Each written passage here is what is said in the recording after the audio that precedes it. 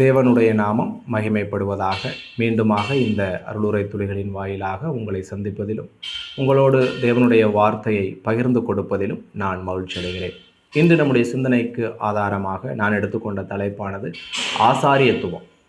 ஆசாரியத்துவம் என்றால் என்ன என்று பார்க்கும் பொழுது, மனிதர்களுடைய காரியங்களை தேவனிடத்திற்கு கொண்டு செல்வது, அதுதான் ஆசாரியத்துவம். ஆசாரியன் என்றால் என்ன? அதற்கும் இதே பொருள்தான் வருகிறது. அதாவது மனிதர்களுடைய காரியங்களை தேவனிடத்தில் எடுத்து செல்லுகிற பிரதிநிதி, அவர்தான் ஆசாரியன். பிரியமானவர்களே, இந்த ஆசாரியத்துவத்தை குறித்து வேதாகமத்திலே ஆராயும் பொழுது வேதமானது 3 விதமான ஆசாரியத்துவங்களை குறித்து பேசியிருக்கிறது. முதலாவது ஆசாரியத்துவம் குடும்ப ஆசாரியத்துவம், இரண்டாவது ஆசாரியத்துவம் ராஜரீக ஆசாரியத்துவம், மூன்றாவது ஆசாரியத்துவம் லேவிய ஆசாரியத்துவம். இந்த 3 ஆசாரியத்துவங்களை குறித்தும் வேதம் தெளிவாக பேசியிருக்கிறது. இப்பொழுது இந்த 3 ஆசாரியத்துவங்களை குறித்து சுருக்கமாக ஒன்றன் பின் ஒன்றாக நாம் தியானிக்கலாம். முதலாவதாக குடும்ப ஆசாரியத்துவம். குடும்ப ஆசாரியத்துவம் என்றால் என்ன என்று பார்க்கும் பொழுது, ஒரு குடும்பத்தின் தலைவனே தனக்கும் தன் குடும்பத்திற்குமான பலிகளை செலுத்துவதாகும். இதுதான் குடும்ப ஆசாரியத்துவம்.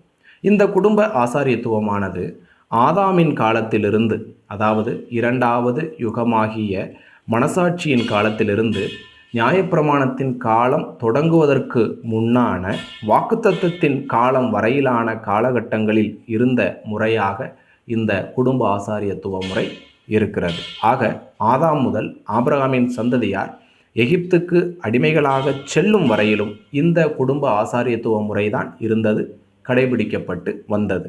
அப்படியாக வேதாகமத்திலே குடும்ப ஆசாரியத்துவத்தை கடைபிடித்த பல மனிதர்களை குறித்து நாம் வாசிக்க முடிகிறது. உதாரணமாக முதலாவது நபர் நோவா. ஆதியாகமம் 8:20 இப்படியாக சொல்லுகிறது: அப்பொழுது நோவா கர்த்தருக்கு ஒரு பலிபீடம் கட்டி சுத்தமான சகல மிருகங்களிலும் சுத்தமான சகல பறவைகளிலும் சிலவற்றை தெரிந்து கொண்டு அவைகளை பலிபீடத்தின் மேல் தகன பலிகளாய் பலியிட்டான் என்று சொல்லப்பட்டிருக்கிறது. இரண்டாவது உதாரணம் ஆபிரகாம். ஆதியாகமம் 12:8 இவ்விதமாக வாசிக்கிறோம்: பின்பு அவன் அவ்விடம் விட்டு பெயர்ந்து பெத்தேலுக்கு கிழக்கே இருக்கும் மலைக்கு போய் பெத்தேல் தனக்கு மேற்காகவும் ஆயி தனக்கு கிழக்காகவும் இருக்க கூடாரம் போட்டு அங்கே கர்த்தருக்கு ஒரு பலிபீடத்தை கட்டி கர்த்தருடைய நாமத்தை தொழுது கொண்டான் என்று எழுதியிருக்கிறது. மூன்றாவதான உதாரணம் யாக்கோபு. ஆதியாகமம் 46:1 இவ்விதமாய் வாசிக்கிறோம்: இஸ்ரவேல் தனக்கு உண்டான யாவையும் சேர்த்து கொண்டு புறப்பட்டு பெயர்செபாவுக்கு போய் தன் தகப்பனாகிய ஈசாக்குடைய தேவனுக்கு பலியிட்டான் என்று எழுதியிருக்கிறது. நான்காவதான உதாரணம் ஆபிரகாமுக்கு சமகாலத்தவராகவோ அல்லது அதற்கு முந்தைய காலத்தை சார்ந்தவராகவோ கருதப்படுகிற யோபு என்கிற மனிதர். அவரை குறித்து யோபு 1:5 இவ்விதமாக சொல்லப்பட்டிருக்கிறது: விருந்து செய்கிற அவரவருடைய நாள்முறை முடிகிற போது யோபு, ஒருவேளை என் குமாரர் பாவம் செய்து தேவனை தங்கள் இருதயத்திலே தூஷித்திருப்பார்கள் என்று சொல்லி அவர்களை அழைத்தனுப்பி பரிசுத்தப்படுத்தி அதிகாலமே எழுந்து அவர்கள் எல்லாருடைய இலக்கத்தின்படி யோபும் சர்வாங்க தகன பலிகளை செலுத்துவான். இந்த பிரகாரமாக யோபு அந்நாட்களிலெல்லாம் செய்து வருவான் என்று எழுதியிருக்கிறது. அடுத்த 5வதான உதாரணம் மீதியான் தேசத்தில் வாழ்ந்து வந்தவரும் எத்தியோப்பியா தேசத்தை பூர்வீகமாக கொண்டவரும் மோசேயின் மாமனுமாகிய எத்திரோ அல்லது ரெகுவேல் என்கிற நபர். இவரை குறித்து யாத்திராகமம் 3:1 இவ்விதமாக எழுதியிருக்கிறது: மோசே மீதியான் தேசத்து ஆசாரியனாயிருந்த தன் மாமனாகிய எத்திரோவின் ஆடுகளை மேய்த்து வந்தான் என்று சொல்லப்பட்டிருக்கிறது. ஆக நாம் பார்த்த இந்த உதாரணங்களான இந்த 5 நபர்களும் இந்த காலகட்டத்திலே குடும்ப ஆசாரியத்துவத்தை நாம் பார்த்து வருகிற முதல் ஆசாரியத்துவமான குடும்ப ஆசாரியத்துவத்தை பின்பற்றின செய்த நபர்களாக காணப்படுகிறார்கள். இரண்டாவதான ஆசாரியத்துவம் ராஜரீக ஆசாரியத்துவம். ராஜரீக ஆசாரியத்துவம் என்றால் என்ன என்று பார்க்கும் பொழுது, ஒரே நபரே 2 பதவிகளை வகிப்பதாகும். அதாவது ஒரே நபரே ராஜாவாகவும் ஆசாரியனாகவும் இருப்பது, இதுதான் ராஜரீக ஆசாரியத்துவம். அப்படியாக வேதாகமத்திலும் வேதாகமத்திற்கு வெளியே யூதர்களின் வரலாற்றிலுமாக ராஜரீக ஆசாரியத்துவத்திற்கான உதாரணங்கள் என்று நாம் பார்க்கும் பொழுது, முதலாவதான உதாரணம் ஆபிரகாமுக்கு சமகாலத்தவராகிய வம்ச வரலாறு இல்லாத கிறிஸ்துவுக்கு நிழலாய் பேசப்படுகிற மெல்கிசேதேக்கு என்னும் சாலேமின் ராஜா. இவரை குறித்து ஆதியாகமம் 14வது அதிகாரம் 18, 19, 20 ஆகிய வசனங்களிலே நாம் வாசிக்க முடிகிறது. அன்றியும் உன்னதமான தேவனுடைய ஆசாரியனாயிருந்த சாலேமின் ராஜாவாகிய மெல்கிசேதேக்கு அப்பமும் திராட்சரசமும் கொண்டு வந்து அவனை ஆசீர்வதித்து, ஆபிரகாமை ஆசீர்வதித்து, வானத்தையும் பூமியையும் உடையவராகிய உன்னதமான தேவனுடைய ஆசீர்வாதம் ஆபிரகாமுக்கு உண்டாவதாக, உன் சத்துருக்களை உன் கையில் ஒப்பு கொடுத்த உன்னதமான தேவனுக்கு ஸ்தோத்திரம் என்று சொன்னான். இவனுக்கு, இந்த மெல்கிசேதேக்குக்கு ஆபிராம் எல்லாவற்றிலும் தசமபாகம் கொடுத்தான் என்று எழுதப்பட்டிருக்கிறது. அடுத்ததாக இவரை குறித்து எபிரேயர் 7:1 இவ்விதமாய் வாசிக்கிறோம். இந்த மெல்கிசேதேக்கு சாலேமின் ராஜாவும் உன்னதமான தேவனுடைய ஆசாரியனுமாய் இருந்தான். ராஜாக்களை முறியடித்து வந்த ஆபிரகாமுக்கு இவன் எதிர்கொண்டு போய் அவனை ஆசீர்வதித்தான் என்று எழுதியிருக்கிறது. இரண்டாவது உதாரணம், பழைய ஏற்பாட்டின் கடைசி புத்தகமான மல்கியா தீர்க்கதரிசன புத்தகத்திற்கும் புதிய ஏற்பாட்டின் முதல் புத்தகமான மத்தேயு நற்செய்தி நூலுக்கும் இடையிலான ஏறக்குறைய 400 வருட காலத்தின் போது யூதேயாவை ஆட்சி செய்து வந்த மக்கபேயர்கள் அல்லது ஹாஸ்மோனியன்கள்.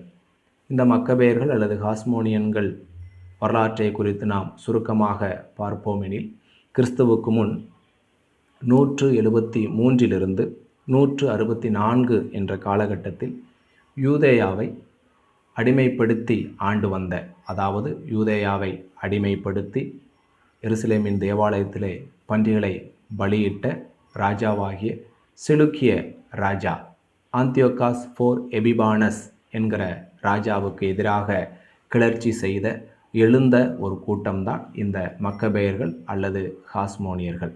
அதாவது யூதேயா தேசத்திலே மோதியா என்கிற ஊரிலே மட்டத்தியா என்கிற நபர் இருந்தார். அவருக்கு 5 மகன்கள். அதிலே குறிப்பிடத்தகுந்த மகன் யூதாஸ் என்பவர்.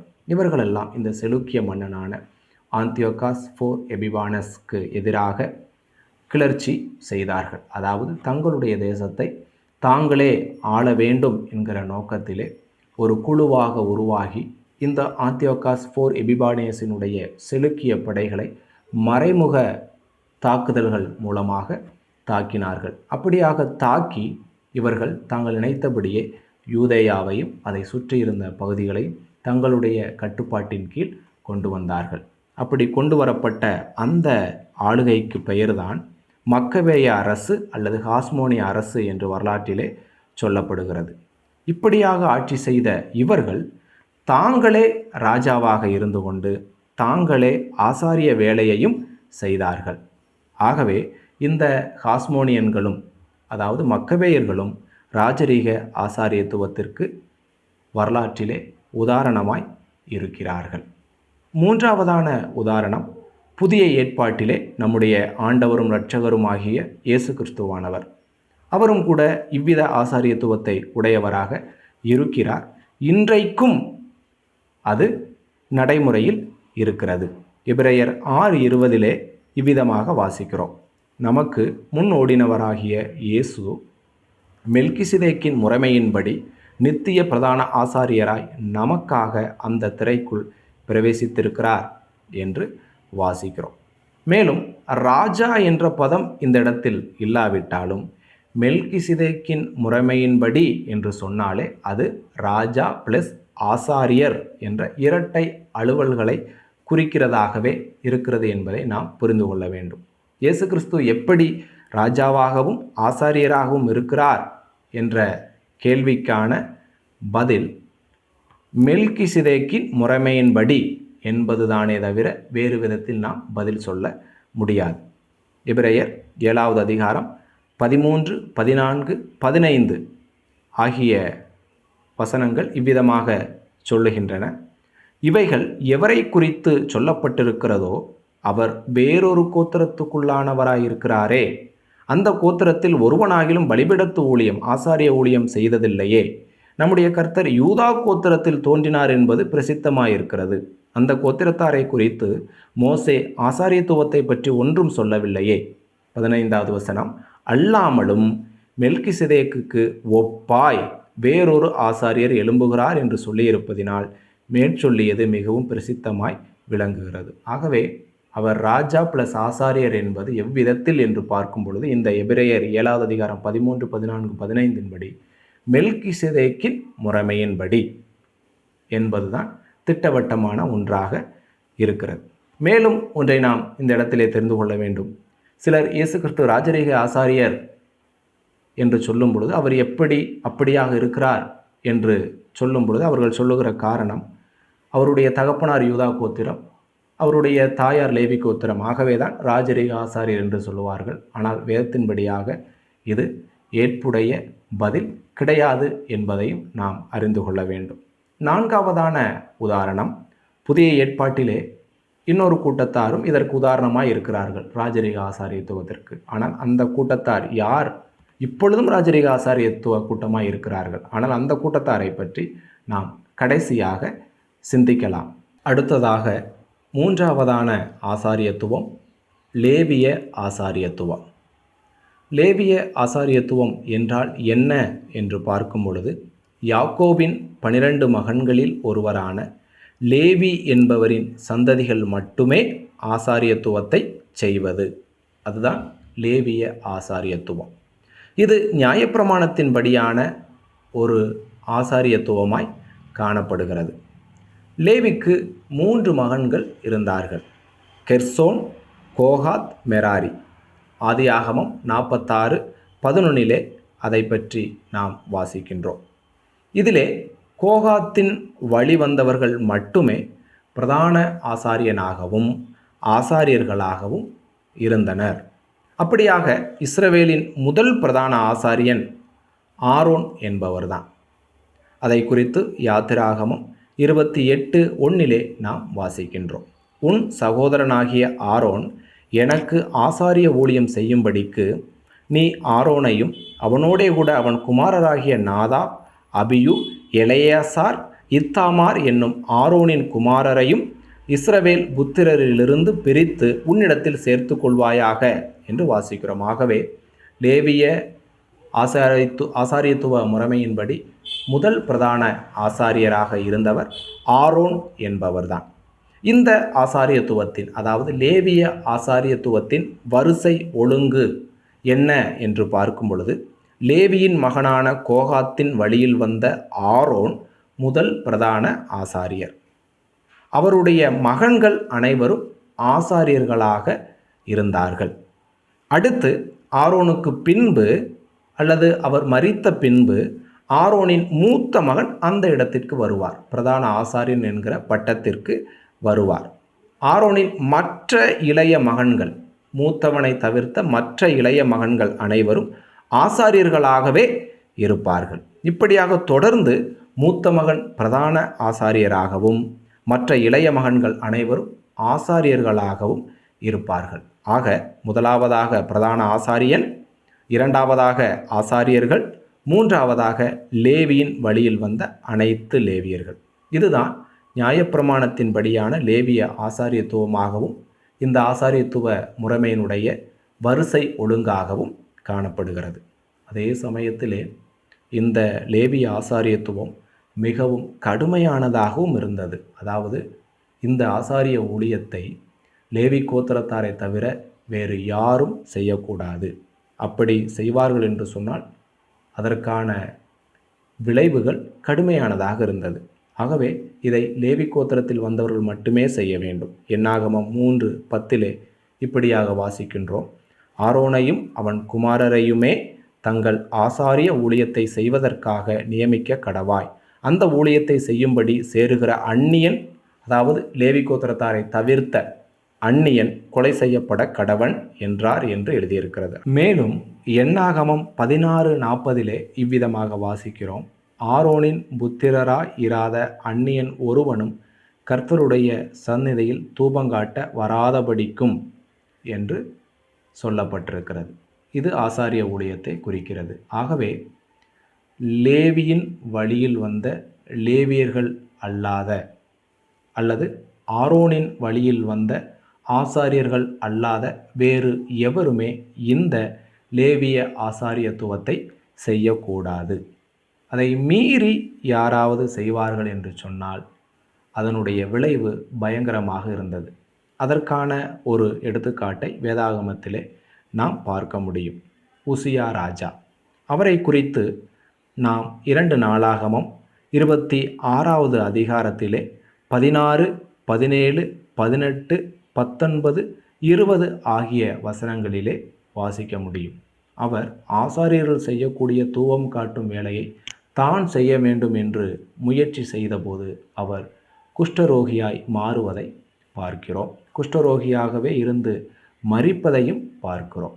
ஆகவே இந்த லேவிய ஆசாரியத்துவமானது மிகவும் கடுமையான ஒரு ஆசாரியத்துவ முறைமையாக காணப்பட்டது. ஆனால் இப்படிப்பட்ட இந்த கடுமையான லேவிய ஆசாரியத்துவமானது இன்றைக்கு நடைமுறையில் இல்லை என்பதை திட்டம் தெளிவுமாக நாம் அறிந்து கொள்ள வேண்டும். அந்த லேவிய ஆசாரியத்துவ முறைமையானது இயேசு கிறிஸ்துவினாலே மாற்றப்பட்டு விட்டது. அதை குறித்து எபிரேயர் 7வது அதிகாரம் 11 மற்றும் 12 ஆகிய 2 வசனங்களிலே வாசிக்கின்றோம். அல்லாமலும் இஸ்ரவேல் ஜனங்கள் லேவிகோத்திர ஆசாரிய முறைமைக்குட்பட்டிருந்தல்லவோ நியாயப்பிரமாணத்தை பெற்றார்கள். அந்த ஆசாரிய முறைமையினாலே பூரணப்படுதல் உண்டாயிருக்குமானால் ஆரோனுடைய முறைமையின்படி அழைக்கப்படாமல் மெல்கிசேதேக்கினுடைய முறைமையின்படி அழைக்கப்பட்ட வேறொரு ஆசாரியர் எழும்ப வேண்டுவதென்ன? 12 ஆசாரியத்துவம் மாற்றப்பட்டிருக்குமேயானால் நியாயப்பிரமாணமும் மாற்றப்பட வேண்டியதாகும். அதாவது இந்த எபிரேயர் 7:11-12 படி அந்த லேவிய ஆசாரியத்துவம் மாற்றப்பட்டு விட்டது, நியாயப்பிரமாணமும் மாற்றப்பட்டு விட்டது என்பதுதான். இப்படியாக இதுவரைக்குமாக நாம் வேதத்தில் உள்ள 3 ஆசாரியத்துவங்களை குறித்து பார்த்திருக்கிறோம். இனி ஏற்கனவே நாம் சொல்லியிருந்தபடி இன்றைக்கும் ராஜரீக ஆசாரிய கூட்டமாய் இருக்கின்ற ஒரு குழுவினர் யார் என்பதை குறித்து பார்க்கலாம். அவர்கள் யார் என்பதை குறித்து 1 பேதுரு 2வது அதிகாரம் 5வது வசனமும் 1 பேதுரு 2வது அதிகாரம் 9வது வசனமும் கூறுகின்றன. ஜீவனுள்ள கற்களைப் போல ஆவிக்கேற்ற மாளிகையாகவும் இயேசு கிறிஸ்து மூலமாய் தேவனுக்கு பிரியமான ஆவிக்கேற்ற பலிகளை செலுத்தும்படிக்கு பரிசுத்த ஆசாரிய கூட்டமாகவும் கட்டப்பட்டு வருகிறீர்கள். நீங்களோ உங்களை அந்தகாரத்தினின்று தம்முடைய ஆச்சரியமான ஒளியினிடத்திற்கு வரவழைத்தவருடைய புண்ணியங்களை அறிவிக்கும்படிக்கு தெரிந்து கொள்ளப்பட்ட சந்ததியாயும் ராஜரீகமான ஆசாரிய கூட்டமாயும் பரிசுத்த ஜாதியாயும் அவருக்கு சொந்தமான ஜனமாயும் இருக்கிறீர்கள் என்று சொல்லப்பட்டிருக்கிறது. இந்த வசனங்களானது நாம் வாசித்த 1 பேதுரு 2:5, 1 பேதுரு 2:9 இந்த வசனங்களானது இயேசு கிறிஸ்துவை சொந்த இரட்சகராக ஏற்றுக்கொண்ட உங்களையும் என்னையும் குறித்து தான் பேசுகின்றன. அதாவது திருச்சபையாகிய நம்மை குறித்து தான் பேசுகின்றன. நாம் இயேசு கிறிஸ்துவை விசுவாசித்ததினாலே நாம் அவர் மூலமாக, இயேசு கிறிஸ்துவின் மூலமாக ராஜரீக ஆசாரிய கூட்டமாக மாற்றப்பட்டு இருக்கிறோம். இங்கே திருச்சபையை பொறுத்தமட்டில் ராஜரீகம் என்பது தேவனை குறித்து பறைசாற்ற நமக்கு கிடைத்த அதிகாரத்தையும், ஆசாரியத்துவம் என்பது நமக்கு நாமே நம்முடைய ஆவிக்கேற்ற பலிகளை நேரடியாக தேவனுக்கு செலுத்தும் நிலையையும் குறிக்கின்றன. அதே சமயத்தில் இயேசு கிறிஸ்துவை பொறுத்தமட்டில் ராஜரீகம் என்பது அவர் சபையை ஆளுகிற தலைவர் என்பதையும், ஆசாரியத்துவம் என்பது தம்முடைய திருச்சபை மக்களுக்காக அவர் பிதாவினிடத்தில் பரிந்து பேசுதலையும் குறிப்பிடுகின்றன. ஆகவே திருச்சபையாகிய நாம் ஆவிக்கேற்ற பலிகளை செலுத்தும் பரிசுத்த ஆசாரிய கூட்டமாகவும் தேவனுடைய புண்ணியங்களை அறிவிக்கும் ராஜரீகமான ஆசாரிய கூட்டமாகவும் இருக்கின்றோம். இவ்வளவு பெரிதான ஸ்லாக்கியத்தை பெற்ற நாம், ராஜரீக ஆசாரிய கூட்டமாகிய நாம், அதனின் கடமைகளான ஆவிக்கேற்ற பலிகளையும் தேவனுடைய புண்ணியங்களை அறிவித்தலையும் உள்ளன்புடன் நிறைவேற்றி கொண்டிருக்கிறோமா, செய்கிறோமா என்பதை சிந்திப்போம், செயல்படுவோம். தேவனுடைய நாம மகிமைக்கென்றே வாழ்வோம்.